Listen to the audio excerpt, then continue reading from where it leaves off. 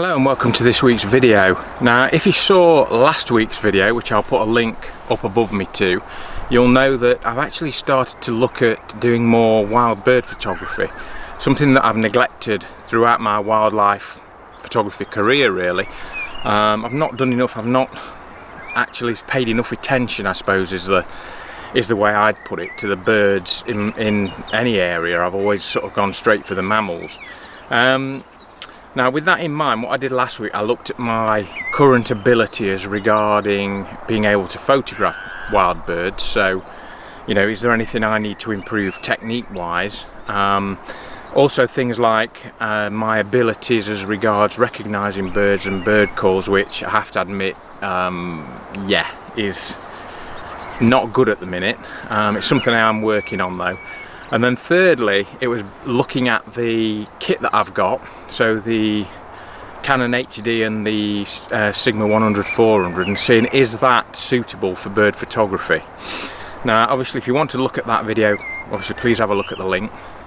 This week what I decided to do, and it's something I think everybody should do, as most people know, I'm a big proponent for utilising your local area, whatever that is, whether it's, you know, a city centre area or a rural area or something in between. You can always find areas where there's wildlife, and particularly birds. So what I'm going to do this week is something that I've done for mammals a lot in this area, and that is done sort of a mini survey of the sort of habitats that I've got and the species that I've got in that area, and the potential for other species to be in that area, if you like.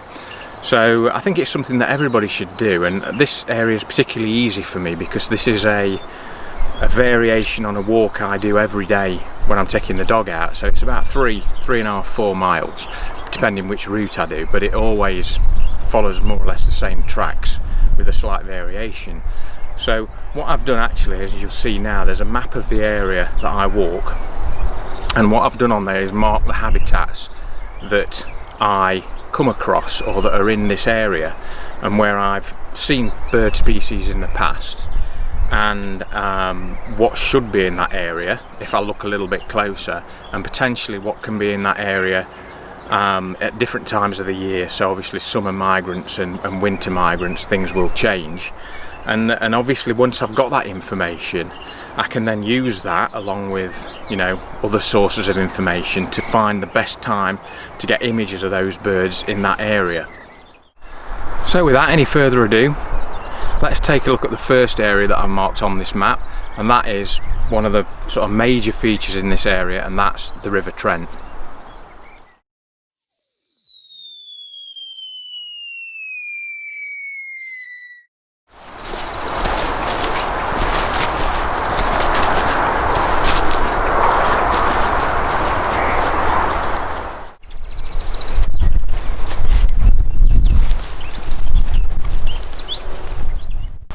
Right, the mighty River Trent. I'm very nearly in it, so I'm going to be quite careful here.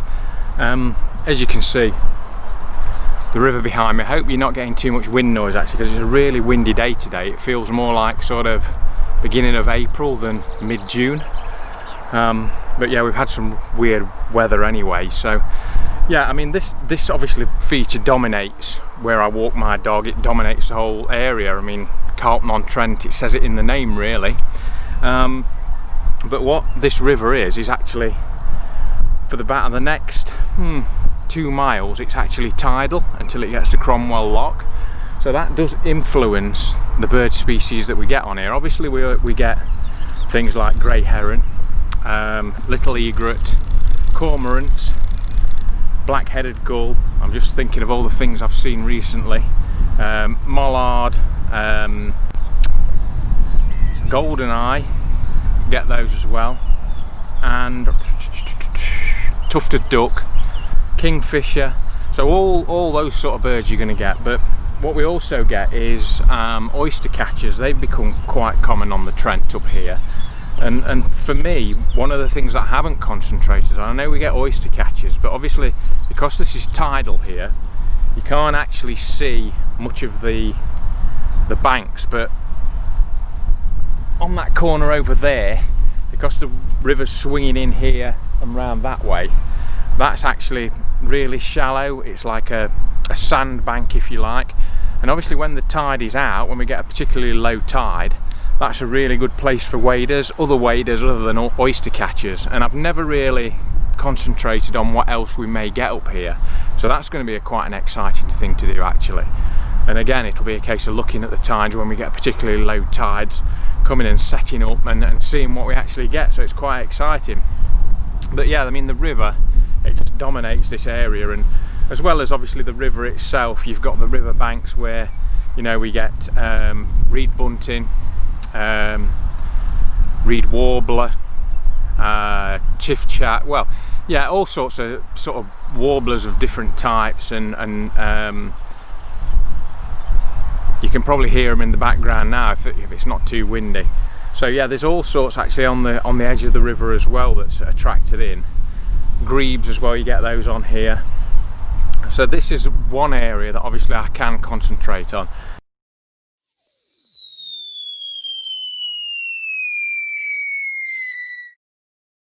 Right, made my way round to my location number 2, and that I've generously called Woodland.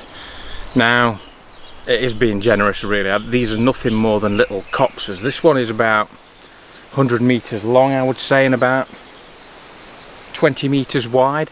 So I'm not talking acres and acres of woodland, but we have these dotted around everywhere on this area that I walk every day.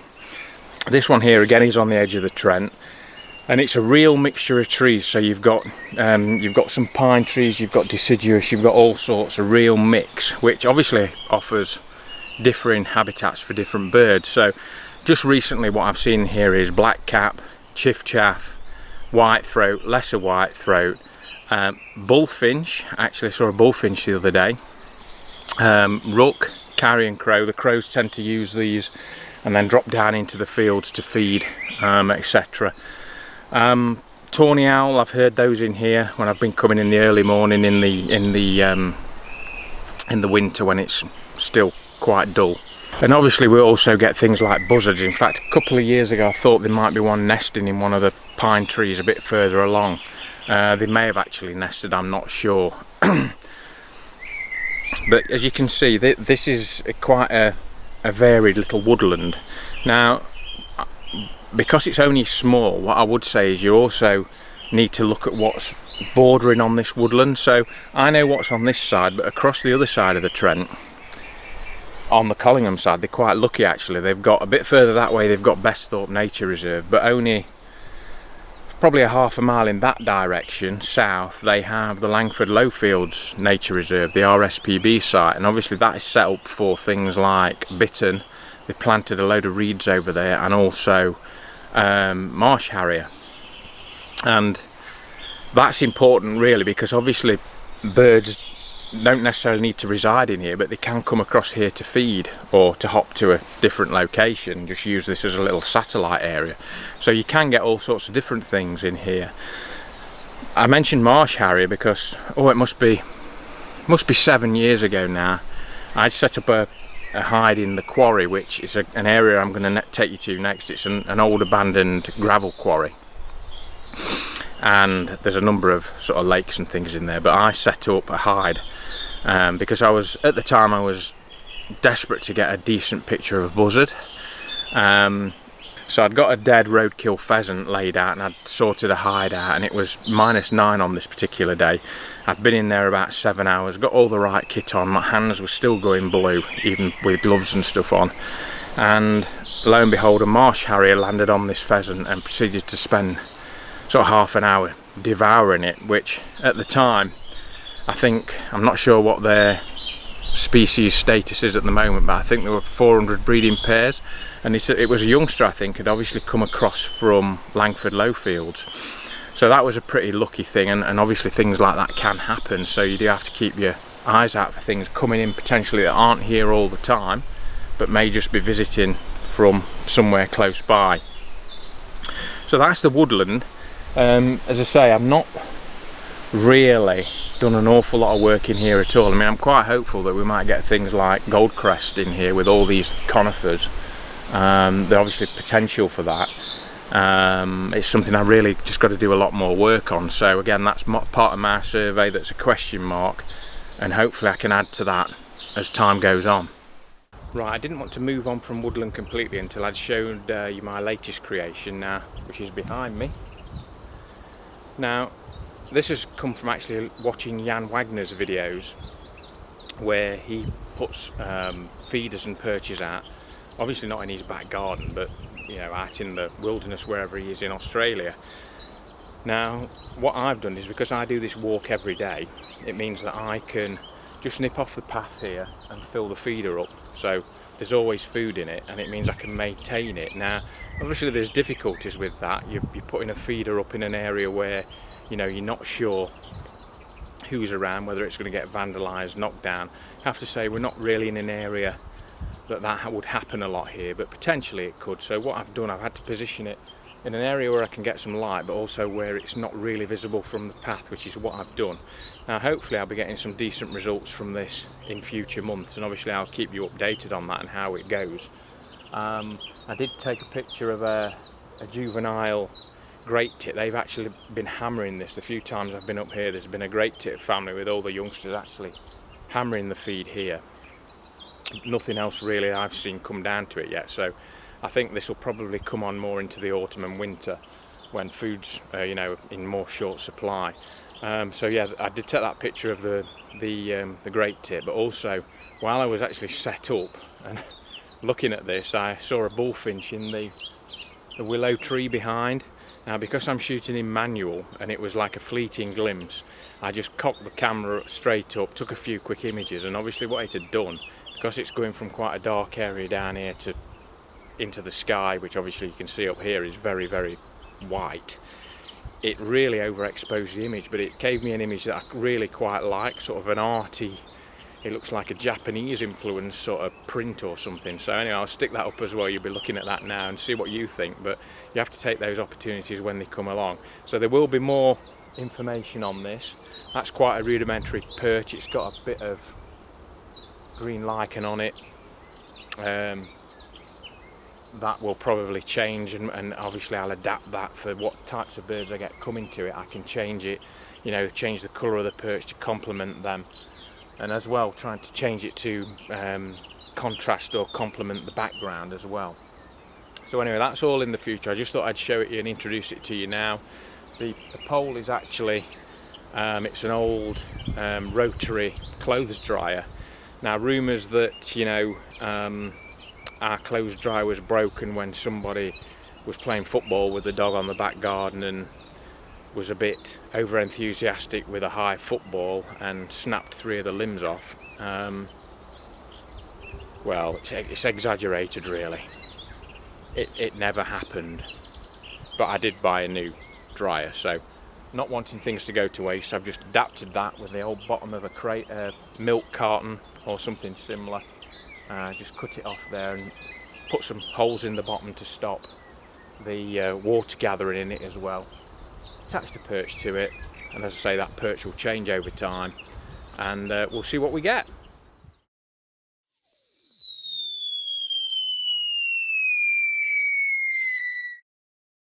Right, so one of the things I've marked on my map of the area is farmland. Now obviously we have a lot of that sort of dotted around.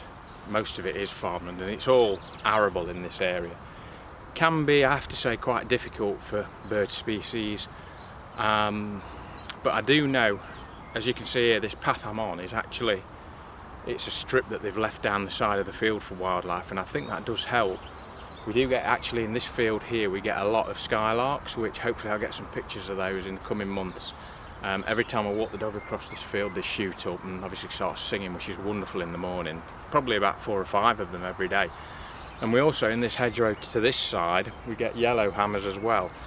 We get quite a few of those. So I'm not sure what else the woodland's going to bring in. Obviously it brings things down to it when the fields have just been set, which obviously the farmers don't like. You get a lot of, when the ploughing's being done, you get a lot of gulls and things coming in, different types of gulls. and also the crows, the carrion crows feed as well in there. But yeah, it's an area that I really need to sort of spend a little more time in. You're always drawn away from these open crops though, really, to the areas around the edge, and I think that's where the bird species that we're going to find are going to be, and obviously just hopping down into the field and back.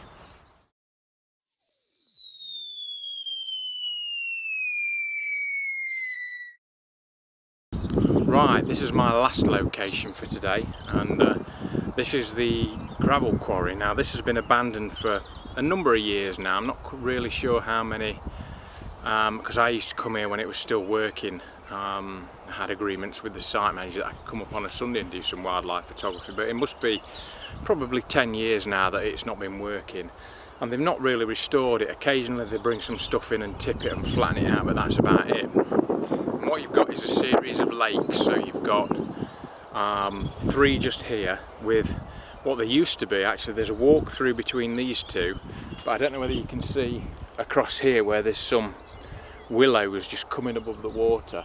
That used to be a walkway that you could walk across, and this lake here was split into 2. That, because they've stopped pumping it out like they used to pump the water between the different lakes. They're not doing that anymore, they're just leaving it.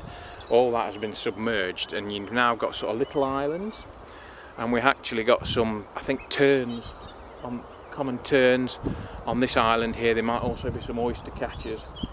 You can just catch sight of them, and occasionally there's a bit of a fracas as they all don't get on together. But this, for me, when the fishermen come to the River Trent, this is going to be my sanctuary. So I've got real ideas of setting some hides up, you know, and getting here early in the morning and just setting up and seeing what turns up and getting some low level shots across the water. You've also got all the sort of land in between and the borders and the willows that are in between each lake. So there's going to be a vast variety of species, I'm sure, on here. Actually, just the other side of the lake here, there's an area where they used to put all the gravel. So obviously these are gravel extraction quarries, and it's been flattened out, and I didn't really realise. I used to see ringed plovers on there, and I'm wondering now if they're actually nesting amongst the boulders. The bigger pebbles that haven't been used for anything, they've just been left there, and I'm wondering if they're actually nesting amongst that. So I might go and have a look at that. That's you know, fairly shortly, and see if I can see anything. But it really is a wonderful habitat. We get great crested grebes on here. I've seen little grebes on the one next door. Obviously swans, common terns, black-headed gulls, coots, moorhens, all sorts of different things really. But again, it's not something that I've consciously, you know, it feels a little bit like for years I've been walking around with my head down, and I've not concentrated. You know, it's sickening really, the things I've probably missed if I'd been attuned to looking for birds. So hopefully I'm going to remedy that. But that's, you know, a site survey for this area. Tufted duck as well, we get all sorts of things like that. But yeah, again, it changes throughout the year, so I would imagine in the autumn again this will change again. We'll get different birds coming in. The actual sand bits here, I have seen 1 or 2 oyster catchers walking along here.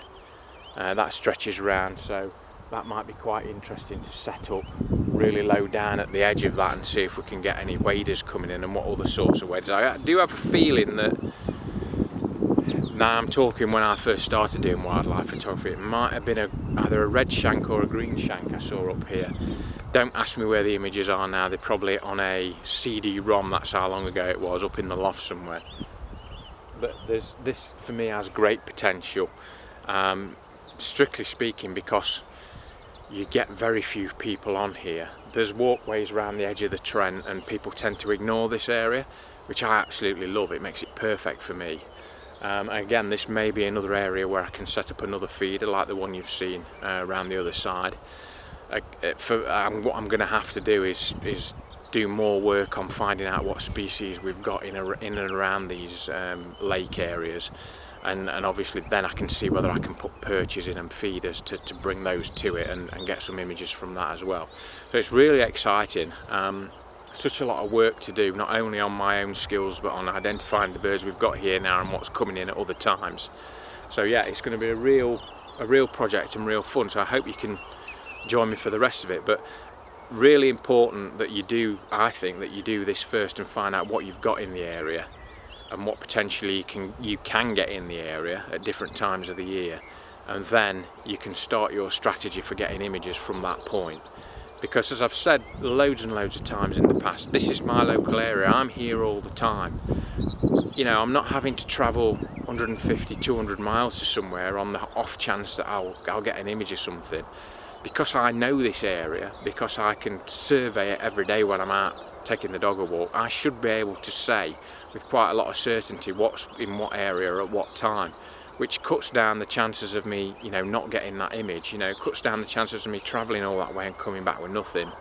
So yeah, really exciting. As I say, I can recommend it to everybody. Get out into your local area, see what you've got there and try and get some images. Right, well, I hope you've enjoyed this video this week.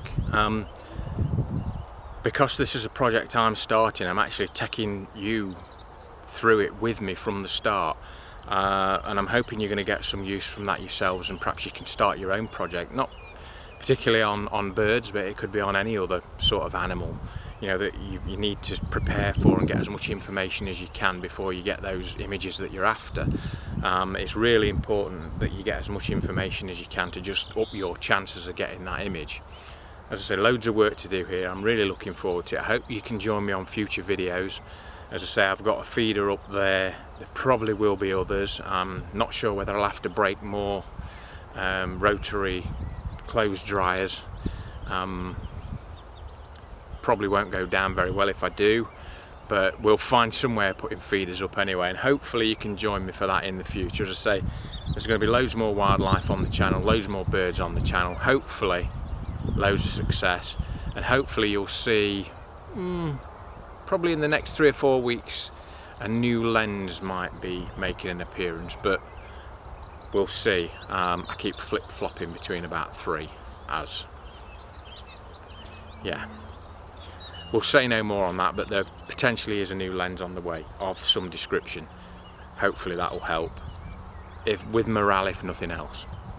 Anyway, I'll see you for the next one. Hope you've enjoyed this, hope you've got something out of it. Please like and subscribe to the channel if you haven't done already, and I will see you in about a week's time. Cheers.